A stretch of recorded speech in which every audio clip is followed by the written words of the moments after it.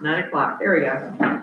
Call the meeting of the St. Mary's County Board of Elections to order. And we have a quorum present. We'd like to welcome our guests. Have you announce yourself for those that are listening online? Anne Marie Abel, Miriam Clapton, Riley Dauber with the Southern Maryland News. Welcome. Just so you know, we are recording the meeting for the purposes of doing minutes. And welcome. Here you go. All right, approval of the minutes from the December 17th, 2025.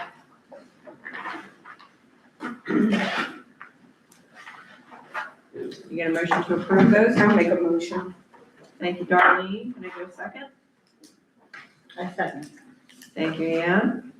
So we have a motion on the floor by Darlene Johnson to approve the meeting minutes from December 17th, 2025, seconded by Ms. Ann Rayleigh. Any discussion? All in favor? Aye. Any opposed? Motion carried 5-0. Any changes or additions to the agenda? None noted. All right, director's report. Wendy Atkins. Good morning, everybody. Glad to be back. I don't have a whole lot right now, but we are, in the midst of an election, so that will change with the next meeting. So just FYI, teleworking for our office has ended as of February 2nd, so the staff is in office full-time unless the weather comes up. You never know when that happens.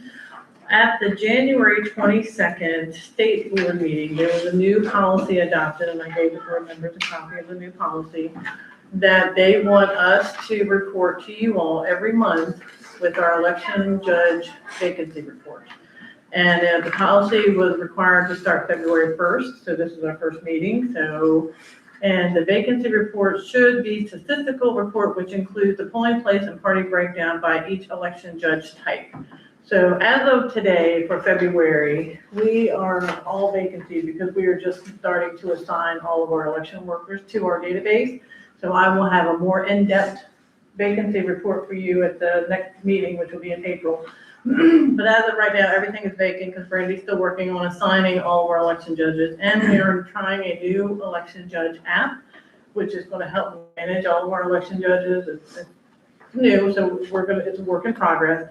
But to give you some numbers, we need like 403 judges, and as of right now, with all the paperwork that we have in-house, we have 382.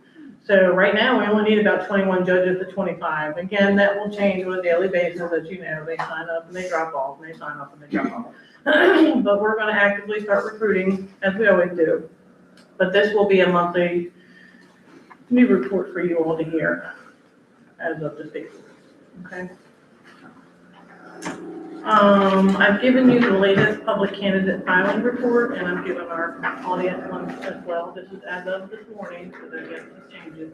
And this is just St. Mary's County, so if you want a statewide report, you can go to the Maryland State Board of Elections website to get the full list of everything.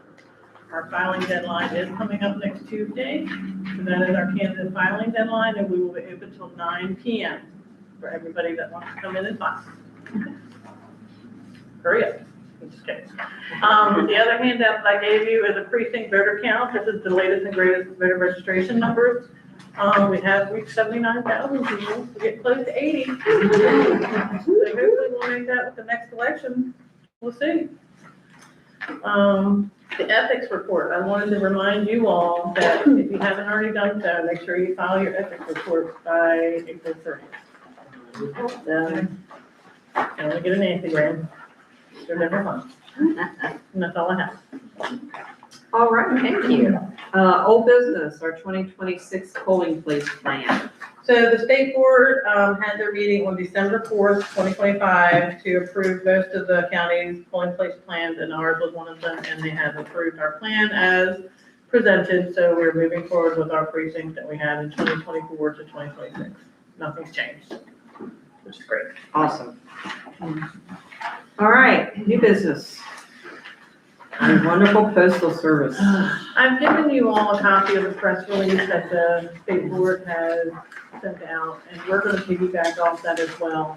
So what's happening now is the post offices are not going to postmark their mail-in ballots if you drop it off at the blue box for like up to 2 days. They're not gonna, unless you physically walk into the post office and hand it to the clerk and say, please postmark this as of today, they will not do it. Okay, so they send all their mail up to the central processing centers, and that's where it will be postmarked when they get there. So we are going to piggyback off the state. The state is supposed to put in their mail-in ballot packet verbiage to make sure everybody knows that if you're gonna mail your ballot, if it's close to a deadline, that it has to be postmarked by election day or it's not gonna count. So if you, especially for the people that requested that are out of state or a college or something that is actually physically gonna mail their ballot back, we need to make sure we do our part and get the word out. We're gonna, I'm waiting to see what the verbiage is going to be from the state board in their mail-in ballot packet. And we're gonna piggyback off of that. We're gonna make our own little verbiage to send out anybody that requests a mail-in ballot to our office. We're gonna maybe put it on a neon label so it's noticeable in their face that if you're gonna mail it, make sure it's postmarked that before election day or it's not gonna count. We're gonna really push for locally ballot drop boxes because it's the easiest way to get your ballot to our office and drop it off at one of the boxes. We check it daily, 7 days a week, sometimes twice a day, depending on when the date is. So that's what we're really gonna push for, in-county people, but everybody that's out of state has to mail their ballot back. So we gotta make sure that they know that they need to make sure it's postmarked. Okay, so that's what that is. If you have questions asked, that's what that is. More fun. Yay. All right, legislative session. So as you all know, legislation is in full swing. It started January 14th and it won't end until April 13th. I've given you a copy of what our Mayo group has put out for the bills. If you want the full list of bills, you can go on the Maryland General Assembly website and type in elections, and you should get all the election bills come up and you can read further in detail. I'm just gonna go over a couple because as you know, it just gets crazy. The ones that I highlighted for me to go over with you all is HB 156, and that is election law affiliating with a party and voting unaffiliated voters. And this is an emergency bill, so if this passes, it will go into effect this primary. And what the bill is suggesting is that anybody that is an unaffiliated voter can go into an early voting center and change their party and vote whatever party they want. And what that means is more provisional ballot, because the voter is not going to understand that they just can't walk in and change the party from unaffiliated to Republican or Democrat. They think it's going to happen right then and there and go to vote a regular ballot. They're not. They're going to be made to vote provisionally, which then has to come back to our office, has to be researched, and they are not, canvassed until the Wednesday after the election. So their ballot's not going to be counted until the Wednesday after the election, which these voters don't understand that whole process anyway, so there's going to be some concerned people about that process. I know it's being pushed. I don't know how far it's going to get, but I just wanted to put it on you all's radar because if it does pass, it's going to create a lot more provisional ballots for us. It's going to create a lot more provisional ballots throughout the state, not just in St. Mary's County, but everywhere, which is not fun for us. We have enough to do. But anyway, but the thing is one of our concerns is the parties can open up their primaries for the unaffiliated voters. That would make much more sense than forcing these people to do a provisional ballot. So if the parties would open up their primary election to include the unaffiliated voters, then their ballot would count that day. You know what I mean? They've done that, I think, one time since I've been here. The Republicans opened up their primary ballot for unaffiliated voters, but they haven't done that since. But anyhow, but that's just an FYI. So that is in the radar. The other one that's in the radar that we're mentioned in, and it's been brought up before, is House Bill 565, which is district voting. They want to make sure the voting is not at large anymore in our counties, and then especially for like the commissioners in the legislative district, well, legislative districts is already that way, but commissioner districts, anybody can vote for Commissioner District 1, 2, 3, and 4. They want to contain that to anybody that's Commissioner District 1, just votes for Commissioner District 1 and vice versa. Board of Ed. And Board of Ed, yeah, they run hand in hand with Commissioner District. So that's on the podium too. Again, I don't know how far it's gotten or how far it's going, but we will know more as the sessions come to an end. But that's all I wanted to put on you all. Yay. All right, any other new business? All right, we do have a personnel matter that we do need to take care of, so I need a motion to go into closed session. I move we close the session. Thank you, Ann. Can I get a second? Second. Thank you, Darlene. Any discussion? All in favor? Any opposed? Motion carried. So we will be entering a closed session at 9:10 a.m. So just a FYI, do we need to stop recording and then pick it up and you will come back to close the meeting? Or do you want to close the meeting? How can we do that? So we're gonna go up to the Yeah. office, so I don't think it matters. Okay. Either way, I would probably leave it. Yeah, leave it running and then you will come back. Okay. Okay. Just stay ready. So we'll adjourn to the upstairs. Yeah, y'all can go up there and we'll very close. You're by your staying here.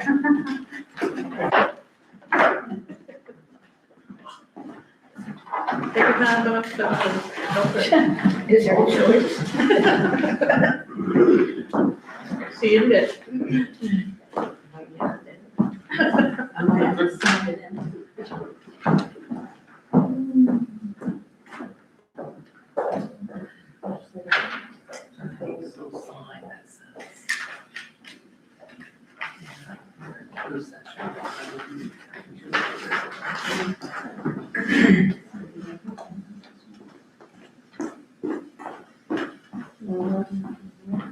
I know.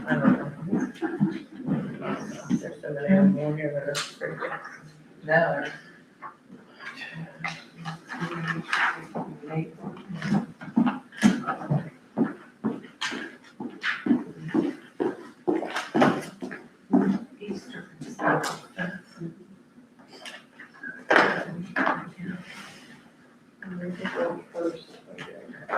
This is gonna be February.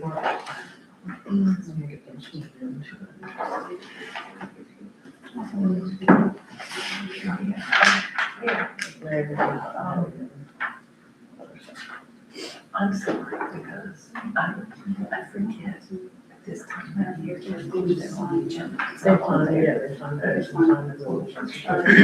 So there's one,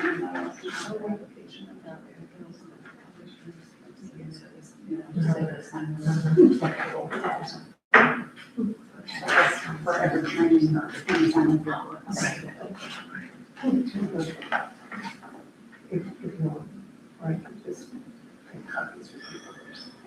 then maybe we can. Well, you don't even, I mean, Just preemptively. if you send it to me, I try and send it out to everybody, so then they'll have it, and then, yeah, I'm just thinking, this, the agenda I have right now, I was having a subcommittee report.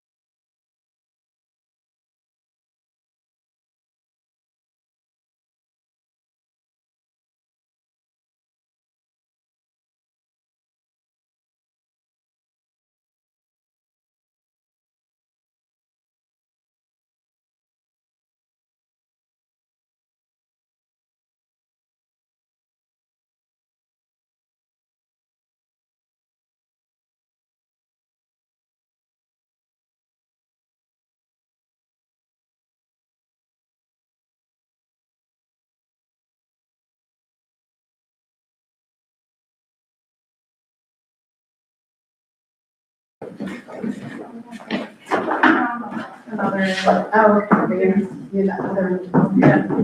We have our own meetings tonight.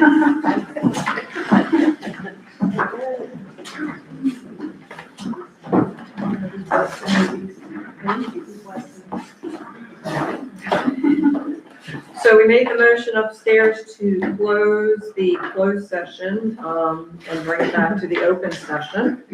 And so what's left on our agenda for today is confirmation of the next meeting. So because we had this meeting so late in February, this is kind of our February, March meeting, so I'd like to schedule our next meeting April 1st. Why? April what? April 1st. April And then if everybody's okay with that date, I'm gonna also set up your swearing in of the Board of Canvassers for that day before the primary election. At 8:30 there. 8:30. 8:30, Debbie's. 8:30. All right, so April 1st is our next meeting. We will be sworn in by our Debbie Mills at 8:30, and then follow up with a meeting back in our office here. Does anybody have any questions?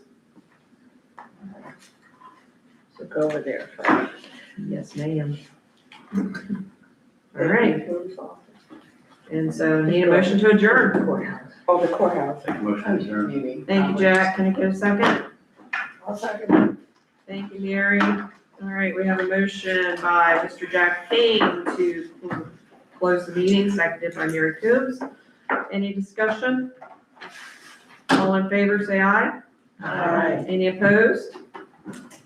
Motion carried, and our meeting is adjourned at 9:26 a.m. Not likely. All right. Quickly.